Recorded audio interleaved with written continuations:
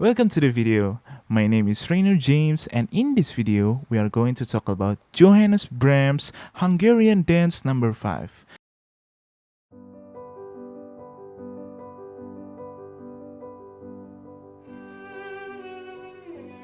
Okay, so first of all, we have to know about Johannes Brahms, because a lot of times the music is an expression about his or her personal life, and that is very, very important. Born in May 7th, 1833, Johannes Brahms was a German composer, pianist, and conductor of the Romantic period. Born in Hamburg into a Lutheran family, Brahms spent much of his professional life in Vienna. His reputation and status as a composer are such that he is sometimes grouped with Johann Sebastian Bach and Ludwig van Beethoven as one of the three Bs of music, a comment originally made by the 19th century conductor Hans von Bülow. Brahms composed for symphony orchestra, chamber ensembles, piano, organ and voice, and chorus. A virtuoso pianist, he premiered many of his own works. He worked with some of the leading performers of the time, including the pianist Clara Schumann and the violinist Joseph Joachim. The three were close friends. Many of his works have become staples of the modern concert repertoire. An uncompromising perfectionist, Brahms destroyed some of his works and left others unpublished. Brahms has been considered by his contemporaries and by later writers as both a traditionalist and an innovator. His music is firmly rooted in the structures and compositional techniques of the classical masters. The diligent, highly constructed nature of Brahms' works was a starting point and an inspiration for a generation of composers. Embedded within his meticulous structures, however, are deeply romantic motives. From the story above, we learn some interesting facts about him, including that he was born in Hamburg, Germany. Johannes Brahms quickly became a very talented pianist and would go on to premiere many of his own works at the piano. A complete perfectionist, Brahms burns lots of the music he'd written when he was young and throughout his life kept on destroying works he didn't think were good enough. Brahms could often be found walking in the mountains and exploring the countrysides, as he felt it helped him think through his musical ideas. Beethoven's music was a big influence on Brahms. Later in life, Brahms lived in Vienna, the home of his favorite restaurant, the Red Hedgehog, and the city where his musical hero Beethoven had also lived. In the beginning of the video, we know that Brahms was a composer from the Romantic period. Before we head on to the song, let's talk about the Romantic period for a little bit. The Romantic period is a period between the late 18th century to early 19th century. It has a lot of personalities, such as more daring, individual, and imaginative approach to life and literature. The term Romanticism has a lot of meanings.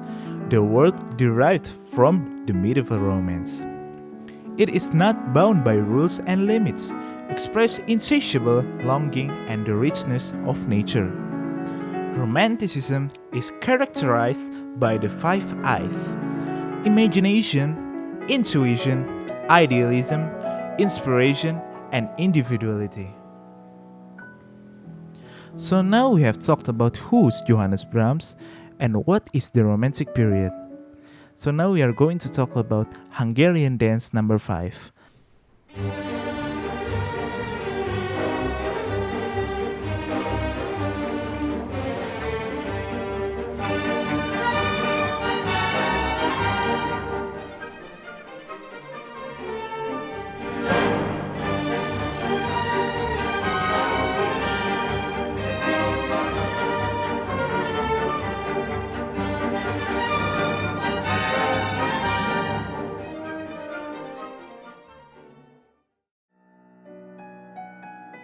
While playing music in a tavern one evening, Brahms met Eduard Raményi, a famous Hungarian gypsy violinist. Rameini taught Brahms all about gypsy music and Hungarian dances called czardas.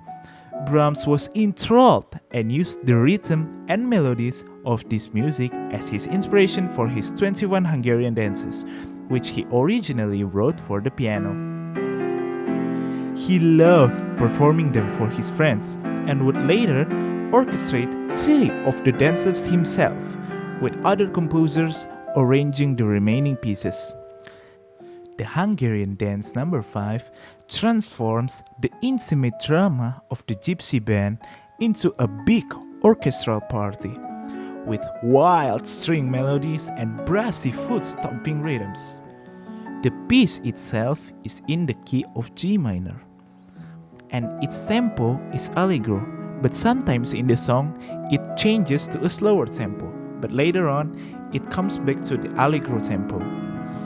He originally composed this piece for the piano, but later on in his life he orchestrated them and composed for the orchestra. Although the melody is quite intriguing and the rhythm is quite complex, it is enjoyable to the untrained ear. It has many dynamics that makes the piece feels alive. It combines the beautiful classical feeling of the music and the dancey feeling of the Hungarian music. The piece itself is quite beautiful, and you can also dance with it. That is because it has an interesting melody and a catchy rhythm. He has this way to combine the two beautiful music and create something new, something different, something really interesting. And that's what makes this piece really legendary and will forever be remembered as one of his finest works. Hope you all enjoyed the video, and I'm sorry if there is any mistakes or any misleading information throughout the video. Thank you, have a nice day.